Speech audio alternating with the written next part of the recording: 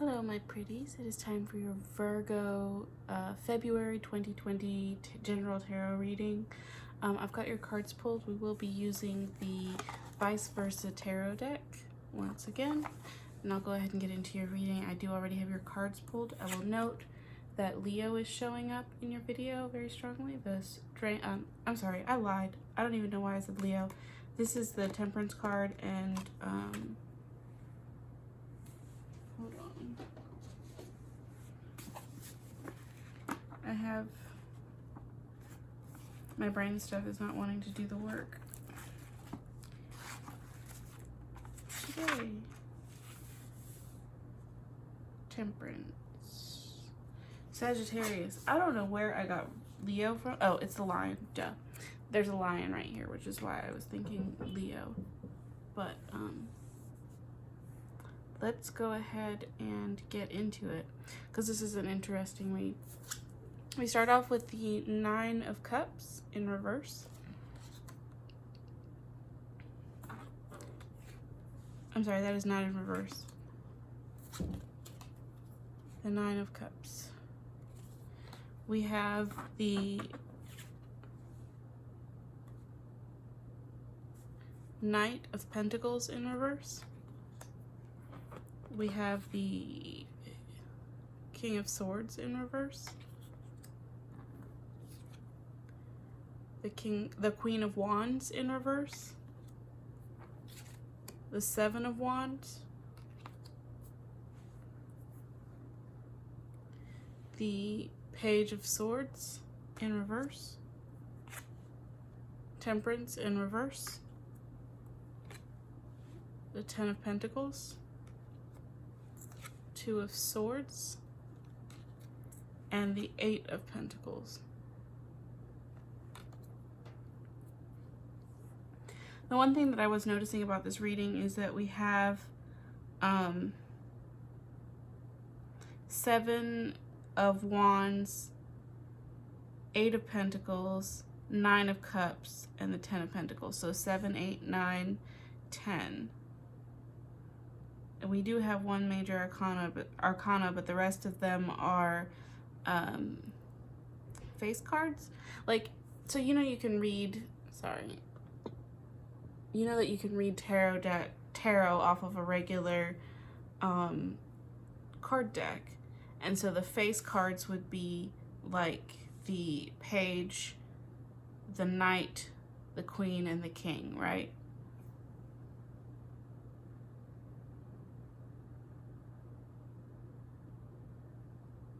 So those are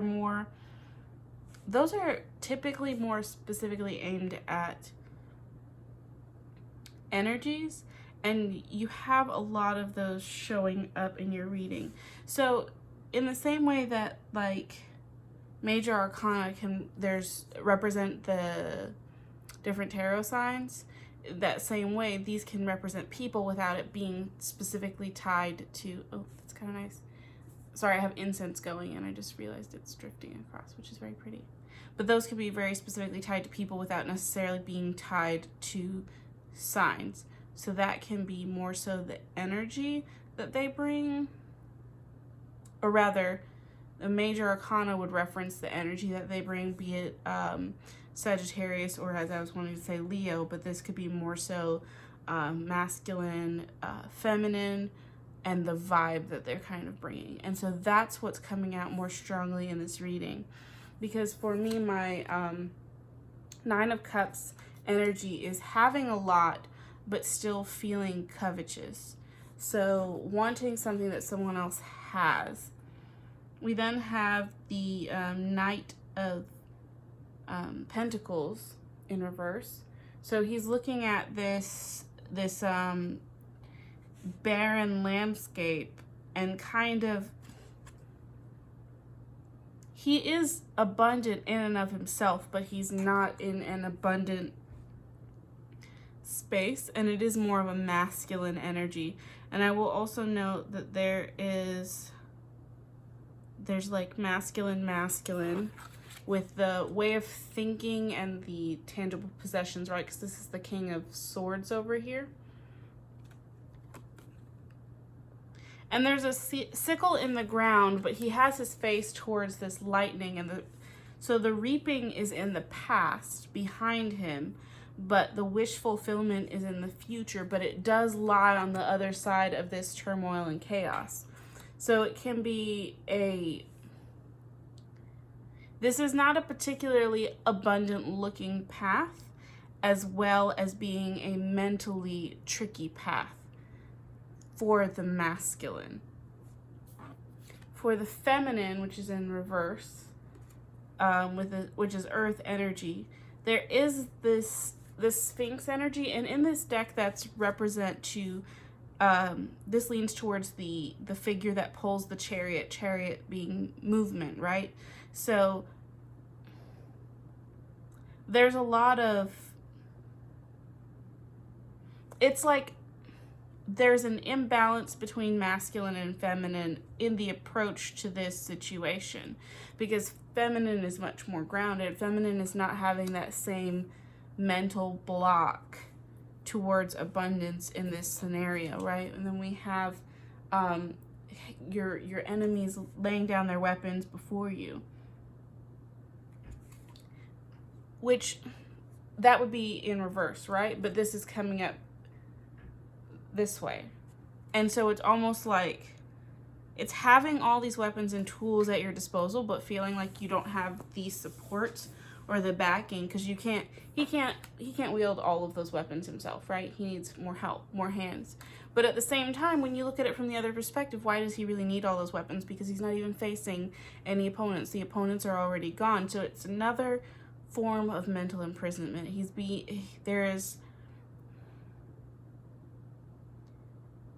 I want to say, like, the tools that are not bringing the tools that are required to this. Like, think outside of the box. Stop trying so hard. And then we go again with this this air energy, the Page of Swords. So again, just trying so hard to attack this problem, and there's not necessarily anything there to be attacking. And that's when we come to the Sagittarius energy, and the Sagittarius, and this actually makes a lot of sense. First of all, the Temperance in reverse, so there's a Leo energy, which would like to be the center of attention typically. There's also the eagle there, which is wish fulfillment. But then we have the balance. So we're lacking balance here, but that's the thing about Sagittarius. Sagittarius tends to be very extreme in one direction or the other. Thus, the attacking the problem when that's not really the solution that's required. That's not the tool set that is needed to solve this problem. And what's needed is a little bit more contentment and patience, which is what we have in the Ten of Pentacles.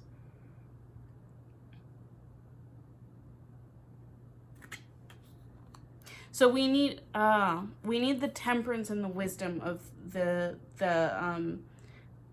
mature masculine figure that's here, versus the impetuosity, is that a word? Impetuousness of the Page energy. Even the Knight has that obsession with progress, with forward momentum. And that's why there's that the feminine seems like to be observing the need for movement over here, because the feminine earth, I don't know why I'm calling this earth energy. Oh. So this is wands, which is fire, but it is the feminine, which is more like the earth in fire. I don't know if that makes sense. More grounded. There's not that impetuous need for progress, for movement, to continue to just push forward. And that's where we have the Two of Swords, which speaks to the imbalance, the mental chaos that's happening around in the emotional body, and being unable to find the inner calm, which is represented in the reverse. There is still wish fulfillment here, though. It's like you're doing the work, so you're going to get your ultimate heart's desire, and which is what we keep seeing on both sides. But you don't have to make it so hard for yourself, because it's all in the manifestation, and you're still in the beginning stages. Ultimately, this is always going to be there for you, right? But you don't have to will every single... I don't want to say will every single individual piece into being. It's like you have already mentally created, and you are not allowing the you are trying to effort the manifestation into being.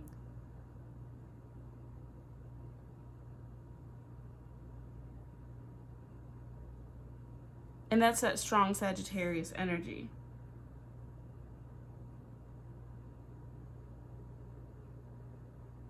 If this is not Virgo, right? This is the sign that Virgo is cross-watching. But this is also a very Virgo place to be. I don't mean that in a bad way. Virgo is just very strong-willed at the same time.